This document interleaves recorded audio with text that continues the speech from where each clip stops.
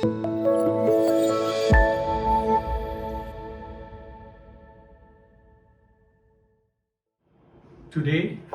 I have a confession to make.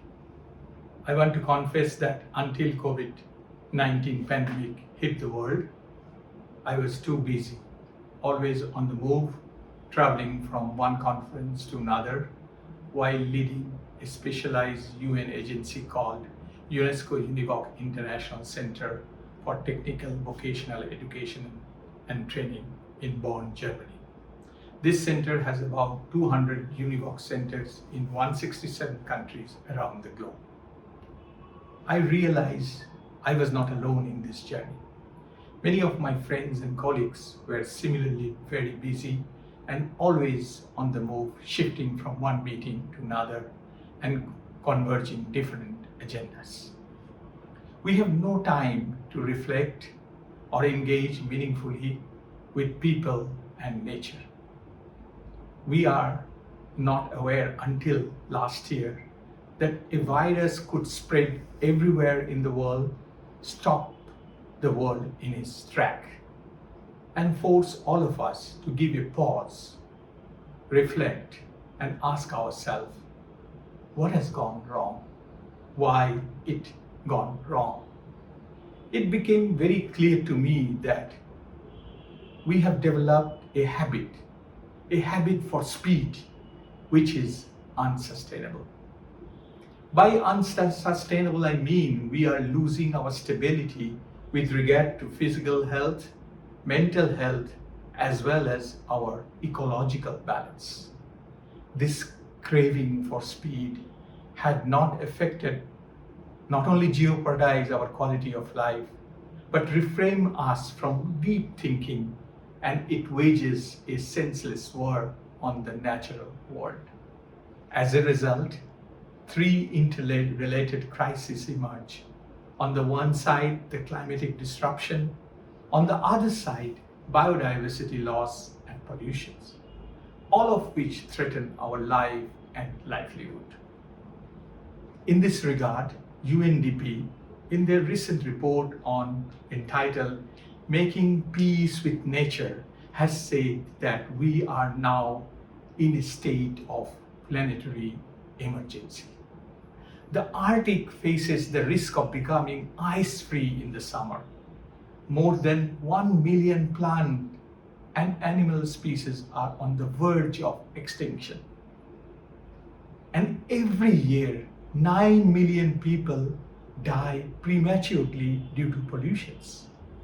Unfortunately, we tend to forget that there is no planet B for us to survive, even if Elon Musk may disagree. So why is it that we continue to ignore environmental and social dimension in the name of business? Why cannot we do both? The answer lies in the fact that we have not visualized development in harmony with the nature. We need to first learn to visualize such a scenario. Before the pandemic, I had the opportunity to visit Spain, a place called Basque region, where I visited a school, Technica. I saw firsthand how they have able to achieve this development in a harmony with the nature. I realized for us to maintain a harmony with nature, we need to change the way we live, we consume, we produce, and we act. But first thing first, we need to change the way we learn. Education can play a key role in transforming our mind for a sustainable future. One thing is pretty clear: the crisis cannot be solved by the same kind of education that has created the problem in the first place. We need to transform education. We need to recalibrate it. We need to have a green education. But how will it happen? Why it has not happened so far? This is the moot question for the present time. We are more than aware that the role of education for sustainable development. Yet educational institutions are largely same as before. I have found that in most of the cases, education for sustainable development, in short we call ESD, has been approached in a fragmented way. ESD has been visualized an academic discourse not as a way of life. While visiting various schools, I noticed though green curriculum were introduced in many schools, the basic tenet of these courses were not practiced in the day-to-day activity of the institution. This points to a fundamental disconnect between what we preach and what we practice in reality. Unfortunately, many institutions interpret a green education as a green curriculum only. While working at Colombo Plan Staff College in Manila, Philippines, and later in UNEVOC network in Germany, Bonn, we realize such an education cannot be created in a fragmented way. We need an integrated and holistic framework for total institutional transformation. The basic idea behind this transformation is that what we teach in school, that must be practiced into the day-to-day activities. It needs to transcend theory and become a way of life. So we gather our ideas for implementation based on the approach of 5 pillars of greening, namely greening the campus, greening the curriculum, greening the research, greening the community, and finally the culture of the school.